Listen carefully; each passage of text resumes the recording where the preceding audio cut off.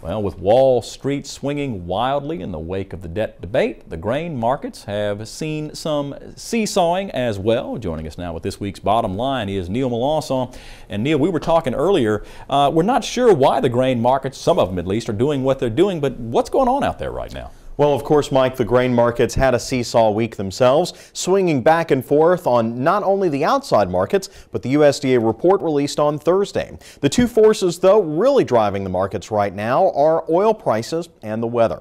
Now, the oil markets went the way of the stock market, up when it was up and down when it was down, with the overall trend being negative. Now, this has had a negative effect on grain prices, as weaker oil means a stronger U.S. dollar, which makes our crops more expensive in overseas markets. Overshadowing all of this, of course, is the weather, which has been in the back of traders' minds for quite some time now. As harvest gets closer, there's more and more evidence that despite good-looking crops on the outside, corn husks are empty on the inside and bean pods aren't where they should be for mid-August.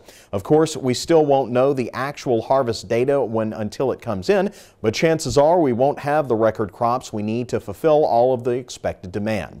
The bottom line to consumers is the prices for food are just like prices for gas. You saw how oil prices have been lower overall, but gas at the pump has only edged lower slightly. It's the same thing for food, sticky prices. Even if we did see significantly lower prices for the grain commodities, it would still be a while before we see it affect food. And frankly, Mike, I don't see lower prices for either the ag commodities or your groceries anytime before next year.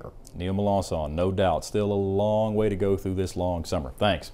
And remember, you can listen to any of Neil's reports on the Louisiana Farm Bureau radio network. For a list of stations where you can tune in or listen online, click on over to our website, twilatv.org, and click on the link LFB Radio on the left side of the home page.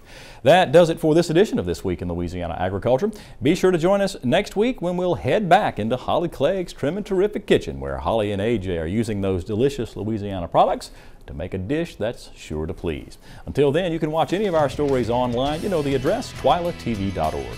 For all of us here at This Week in Louisiana Agriculture, I'm Michael Dana. Thanks so much for watching, everybody. Hope to see you again right here next week.